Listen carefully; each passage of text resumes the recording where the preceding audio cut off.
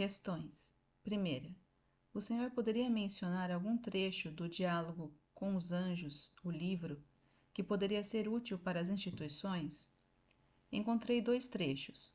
Um deles é quando Gita Malas se colocou a mesma questão numa ocasião em que foi convidada para participar no colóquio de Córdoba. Esse colóquio foi publicado em um livro intitulado As Duas Leituras do Universo. Alguns pensadores tinham encontrado no livro Diálogo com os Anjos certos paralelos com as descobertas da física.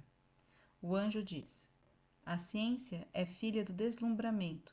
O deslumbramento e a curiosidade são coisas diferentes.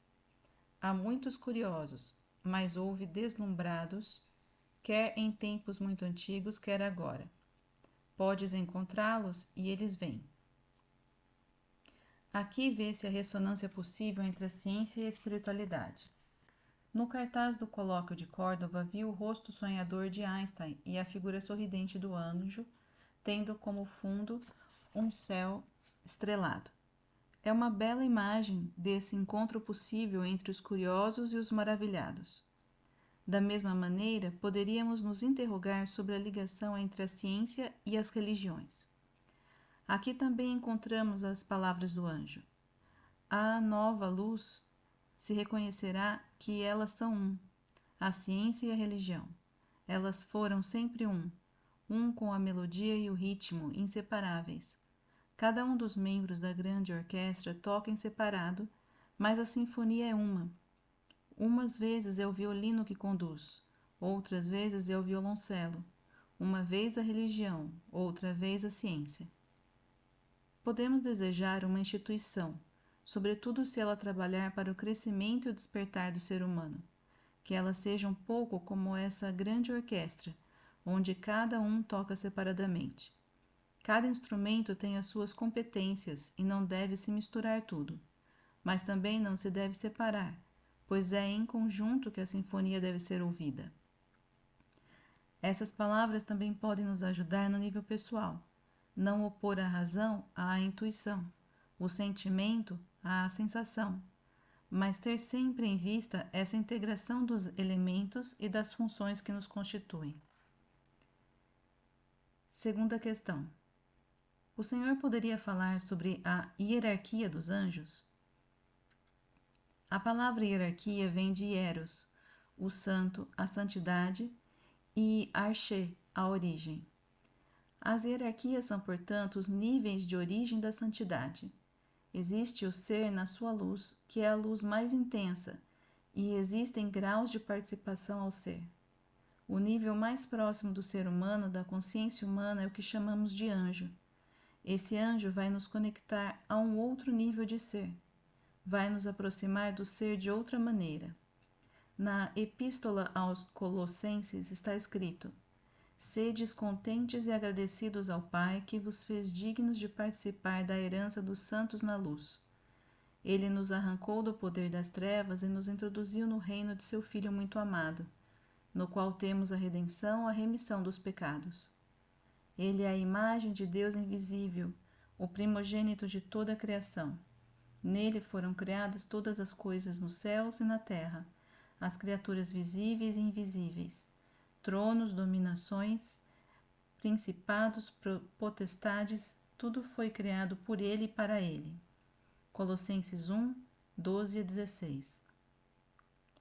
Fala-se do Cristo que integra no seu corpo os tronos e os principados, as potestades e todas essas hierarquias dos anjos. Mas do que é que se trata?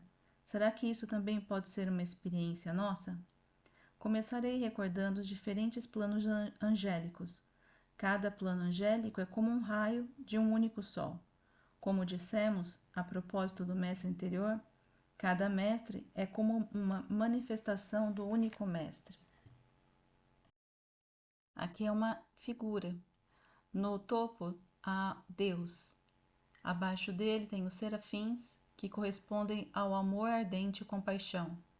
Depois querubins, luz e inteligência. Depois tronos, experiência do centro. Depois dominações, liberdade. Depois potestades, dinamismo, energia. Depois autoridades, autenticidade. Depois principados, ser princípio. Depois os arcanjos, os anjos e por último o homem. No centro situa-se o nome do inefável. É Deus, o ser que é o que é. Cada anjo é como um raio da divindade que vem iluminar a nossa terra, fecundar nossa matéria. É também a imagem da escada de Jacó, que faz a ligação entre o céu e a terra. Os serafins são os que estão mais próximos do que se poderia chamar o coração da divindade. Serafim literalmente significa os ardentes. Há também os querubins. A seguir temos os tronos, as dominações, as potestades, as autoridades, os principados, os arcanjos, onde encontraremos Gabriel, Miguel, Rafael, Uriel e os anjos. É sempre a mesma realidade que se manifesta, que se irradia de forma diferente em nossas vidas. Que experiência podemos ter do serafim? A experiência do serafim é a experiência do fogo, a experiência de um amor ardente no nosso interior. Às vezes podemos fazer a experiência de um amor que não é simplesmente um amor do eu. Às vezes existe em nós uma compaixão para toda a humanidade. É a experiência do coração que se abre à presença irradiante do amor. A experiência da compaixão incondicional, do amor ardente, que não vem só do meu eu, mas de algo muito maior do que eu. É a experiência de São Francisco de Assis, quando o serafim lhe abre as mãos e o peito. É uma experiência de um amor que reside nele e que lhe abre não apenas o coração, mas também o corpo. Há também a experiência do querubim, e nesses casos estamos, na maior parte das vezes, saturados de imagens. No Ocidente, os querubins são representados como crianças, com umas perninhas gordas, encantadoras. No entanto, isso é uma representação curiosa para seres sem corpo, para espíritos.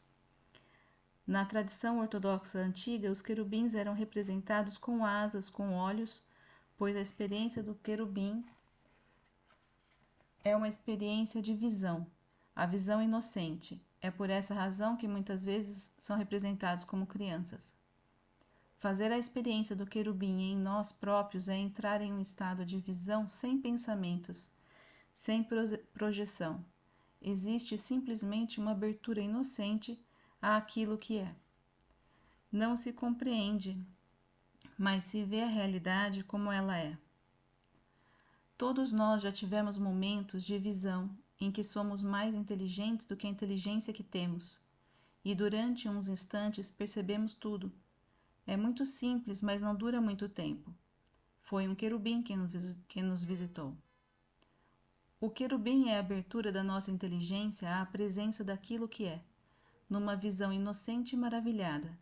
Essa noção vai ao encontro do que dizem alguns cientistas. Citação: eu sei aquilo que eu sei, mas também sei tudo aquilo que eu não sei. Sei que aquilo que eu sei é finito, é limitado, e sei que aquilo que eu não sei é infinito, e fico maravilhado não apenas com aquilo que eu sei, mas também com tudo o que ainda não sei. Fim de citação. Isso é a abertura dos olhos do querubim, os olhos do deslumbramento, do espanto, diante da realidade que é, conhecida e desconhecida, manifesta e oculta, visível e invisível. A experiência dos tronos é a experiência de estar centrado, é estar na sua bacia, no seu hará, a experiência de estar bem enraizado. Às vezes, quando caminhamos na natureza, há certos momentos em que nos sentimos completamente presentes. Há alguma coisa em nós que pousa e repousa. Nesse momento, nos encontramos verdadeiramente no nosso lugar. A presença desse anjo é não apenas uma presença que nos abre o coração, como os serafins, ou uma presença que nos abre a inteligência, como os querubins. É uma presença que nos enraiza no instante. Nesse momento, estamos realmente no nosso lugar. Fazemos a experiência do centro, a experiência de estarmos centrados, como se pode fazer a experiência da visão ou da compaixão. É sempre a mesma vida, o mesmo sol que se exprime, mas que vem ao nosso encontro, possivelmente em centros vitais diferentes. O trono vem nos despertar no Hara. Os querubins despertam aquilo que na tradição da Índia se chama de Ajna, e o serafim nos desperta o coração. Quando São Paulo diz que os anjos habitam corporalmente o Cristo, quer dizer que todos esses centros vitais estão ligados à presença que ele chamou de Pai, a origem de tudo aquilo que vive e respira. Há também as dominações. Quando é que somos senhores? E a experiência da liberdade na medida em que o senhor é o contrário de escravo. Por vezes levamos uma vida de escravos, escravos daqueles com quem vivemos, daqueles que nos dominam. Às vezes somos escravos das nossas pulsões, das nossas obsessões, dos nossos pensamentos. Outras vezes somos escravos de nossas emoções, tristezas ou depressões. E no meio dessa escravatura em que nos encontramos, há a senhoria que desperta em nós a experiência da liberdade. Para dizer as coisas de maneira simples, o Senhor em nós é aquele que já não é escravo de coisa alguma, é aquele que é livre. Aqui vamos ao encontro da teologia antiga, que nos diz que o Senhor é a liberdade no homem. Deus é a liberdade que há no homem. Por isso que não devemos entregar a nossa liberdade a uma pessoa ou uma atividade qualquer. A nossa liberdade é a própria presença de Deus em nós, é a presença do Senhor. Assim como dizemos que Deus é amor, luz e vida, diremos também que Deus é liberdade. Essas são qualidades que temos que desenvolver em nós mesmos. Cada anjo é uma qualidade divina que existe para iluminar a nossa humanidade. Há também a experiência das potestades. Em certos momentos da nossa vida estamos muito cansados e sem forças, e, no entanto, conseguimos arranjar forças para levantar ainda um peso, para levantar ou ajudar alguém. Penso que todas as mães que deram à luz um filho fizeram a experiência desse poder, dessa força que nos pode atravessar e que está em nós, e ao mesmo tempo nos supera infinitamente. Pode ser importante, por vezes, pedir ajuda a essas forças, quando temos a sensação de não conseguir alcançar os nossos objetivos. Muitas vezes ficamos surpreendidos com uma energia que nos é dada e de que não imaginávamos ser capazes. Em grego, potestade é dynamis, que também pode ser traduzido por energia ou dinamismo. Esta energia de vida no nosso interior. Temos também as autoridades. Qual é a diferença entre o poder e a autoridade? Ou entre autoridade e autoritarismo? Todos conhecemos pessoas autoritárias que nos dominam, mas essa não é a verdadeira autoridade. Existem professores muito autoritários que precisam gritar para afirmar aquilo que, para eles, estava certo. Há também os que não têm necessidade nenhuma de gritar. A autoridade é a verdade que habita num ser, e, portanto, não há necessidade de ser autoritário. É a própria autoridade da vida, a autoridade do ser, não a autoridade de um poder. Um dos sinais de uma verdadeira autoridade é o fato de ela autorizar. Muitas vezes temos necessidades de ser autorizados para fazermos aquilo que devemos. Em nossa sociedade, muitas vezes, faltam pessoas com autoridade, pessoas que nos autorizam a ser quem somos, mas não faltam pessoas autoritárias. Isso é muito importante para os pais. Ter autoridade sobre os filhos não significa dominá-los, nem conduzi-los pelos caminhos que poderão ser os nossos, mas antes conduzi-los pelos seus próprios caminhos, autorizá-los a serem diferentes de nós. É fácil perceber que, para se ter autoridade, é preciso estar muito bem centrado. É preciso que nós próprios estejamos bem em nosso lugar. Só alguém que é verdadeiramente ele próprio pode autorizar o outro a ser ele próprio. E essa autoridade é também um anjo. Quando nos falta autoridade, é importante pedir ajuda a essa força que nos centra e também nos liberta do autoritarismo e da vontade de poder. Porque não há outra autoridade a não ser a autoridade do ser, e não ser a autoridade do eu sou em nós. A seguir temos os principados. Nessa palavra se encontra a palavra princípio. Na Bíblia encontramos a passagem na qual o anjo de Deus diz a Abraão para não mais chamar sua esposa de Sarai, mas de Sara. Qual é a diferença? Sarai quer dizer minha princesa, Sara quer dizer princesa. Eis o caminho que temos que percorrer. Você não é apenas a minha princesa, você é a princesa por si mesma. Você é em si o seu próprio princípio.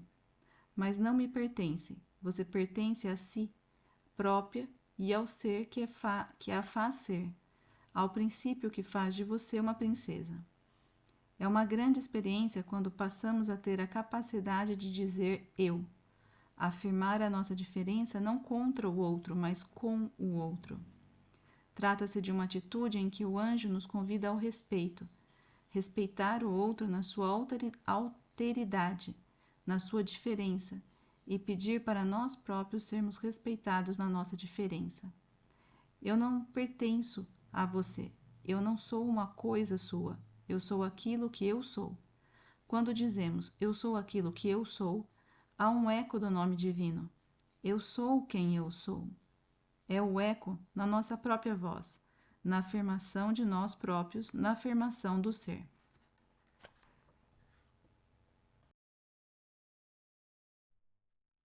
Há também os arcanjos Miguel, Gabriel, Rafael e Uriel. Miguel é o anjo do discernimento. Ao centro encontra-se o Logos, como ele é representado nas catedrais. Há o Cristo na mandorla ao meio, e à sua volta aquilo a que chamamos de tetramorfo, o touro alado, o homem alado, a águia e o leão alado. Essas 4 dimensões correspondem também aos 4 elementos e às 4 funções: razão, intuição, sentimento e sensação, no que se respeita às funções e aos elementos água, ar, fogo e terra. A essas correspondências entre os 4 elementos e as 4 direções e as 4 funções, podemos ainda acrescentar os 4 arcanjos. Miguel seria a razão, a água, o homem alado, Hana, aquele que mede. Gabriel seria intuição, ar, águia, Gita, aquele que irradia. Rafael seria sentimento, fogo, leão alado, Lili, aquele que ajuda. Uriel seria sensação, terra, touro alado, Joseph, aquele que constrói. A palavra El encontra-se no nome de todos os arcanjos e significa Deus. É literalmente uma direção. O poeta Rainer Maria Rilke dizia que Deus é uma direção. Então, Miguel é aquele que nos orienta para o discernimento, e isso é muitas vezes representado pela espada. Literalmente, Miguel significa quem é como Deus. Só Deus é Deus, só o absoluto é absoluto. Tudo mais é relativo. Miguel nos ajuda a não entrar na idolatria, a não fazermos da realidade relativa uma realidade absoluta. É um anjo muito precioso, é o anjo do discernimento que nos permite pôr as coisas no seu lugar e não fazer de uma pessoa, de um livro, de uma doutrina ou de uma instituição um absoluto. Esse é verdadeiramente o sentido da transcendência. Há também Gabriel, que é o mensageiro. São as mensagens, as informações que iluminam nossa vida, a palavra criadora que se encarna em nós. Rafael é o anjo que encontramos no livro de Tobias, que quer dizer Deus cura. É o Deus dos terapeutas. No livro de Tobias está escrito que o anjo cura acompanhando-o no caminho. O texto também menciona o fel do peixe. Poderíamos encontrar nesse texto, até certo ponto, a origem da homeopatia. Por vezes, é a partir do veneno que nós podemos curar o veneno. Tudo é questão de dosagem. Uriel é o anjo da terra, aquele que constrói, e isso nos remete ao anjo de Joseph, no livro Diálogo com os Anjos, aquele que constrói, que coloca as fundações sobre as quais o edifício se pode erguer em direção à luz. É interessante reparar que Joseph, antes do encontro com o anjo, fora materialista. O anjo não destruiu nele essa dimensão do material, porque é a partir dessa matéria que nós podemos nos elevar em direção à luz. Há o anjo que Lili chama de aquele que ajuda. Lili vivia muito no afeto, no sentimento. Muitos vinham para junto dela, mesmo no campo de concentração. Eles a procuravam porque havia nela uma força que curava, que ajudava. Penso que a presença de Rafael acompanhava o seu anjo. Todas as mensagens recebidas no livro Diálogo com os Anjos passam por Hannah, e é através dela que as suas intuições transformam em palavras. Gita Malas diz que no caráter de Hannah havia qualquer coisa de muito exigente, de muito cortante, por vezes uma grande inteligência. Quando ela recebia as mensagens dos anjos, não perdia a razão, ficava sempre lúcida. A sua razão não era destruída, mas se abria para uma razão mais elevada. O anjo de Hannah é aquele que mede, e é essa uma das funções do pensamento, medir as coisas, pô-las no seu lugar. O anjo de Gita é aquele que irradia, e isso já não é do domínio da palavra, é uma irradiação do ser. No livro O Diálogo com os Anjos, vemos uma quaternidade, que é, mais uma vez, uma espécie de irradiação da presença central, que no texto húngaro original é chamado de O, Ele. Para cada um desses anjos, Ele é o Cristo, o Eu Sou. Essa imagem nos lembra que a presença do ser em nós pode se expressar predominantemente através do sentimento, da sensação, da inteligência, da razão ou da inteligência intuitiva. É a mesma realidade, a realidade do único, mas que se reveste de formas diferentes em cada um, que se encarna de formas diferentes em cada um. A irradiação do ser se aproxima ainda um pouco mais, desce até aquele que chamamos anjos. Nesse nível, vamos encontrar o tema do anjo da guarda. O ser humano está embaixo e o anjo é aquele que, em cada um de nós, vai fazer a ligação com o espaço divino. Alguns dirão que o anjo no homem é aquilo que chamamos de nu. É um tema que será muito desenvolvido no Evangelho de Maria. É o Evangelho de Maria Madalena. A dimensão contemplativa e alada do ser humano. É o ser humano que abre o seu cálice e deixa que todas as qualidades do ser o preencham. Para Jung, a doença ou desequilíbrio psíquico é a falta de integração das nossas funções. Para alguns ficam fechadas na razão e carecem de coração. Outros têm um coração muito bom, mas lhes falta a inteligência. Uns têm sensações muito fortes, mas lhes falta luz. Outros ainda têm intuições magníficas, mas não estão ligados à terra. O importante é integrar todas as nossas funções. É aquilo que Jung chama de experiência do self. Quando todas as nossas funções estão integradas, então fazemos uma experiência do ser, que se encontra no centro. No ponto em que nos encontramos, é importante nos lembrar de que podemos invocar todas essas manifestações do ser quando sentirmos a sua falta. Podemos invocar o nosso anjo para que ele nos guie e proteja. Podemos invocar Miguel quando tivermos necessidade de discernimento. Podemos invocar Rafael quando precisarmos da cura. Quando tivermos necessidade de força para nos enraizarmos, podemos invocar Uriel. Com esse ou com outro nome, o que importa é reconhecermos que essas forças estão presentes no coração do universo, e se as chamarmos, elas vêm. Nós nos tornamos aquilo que invocamos.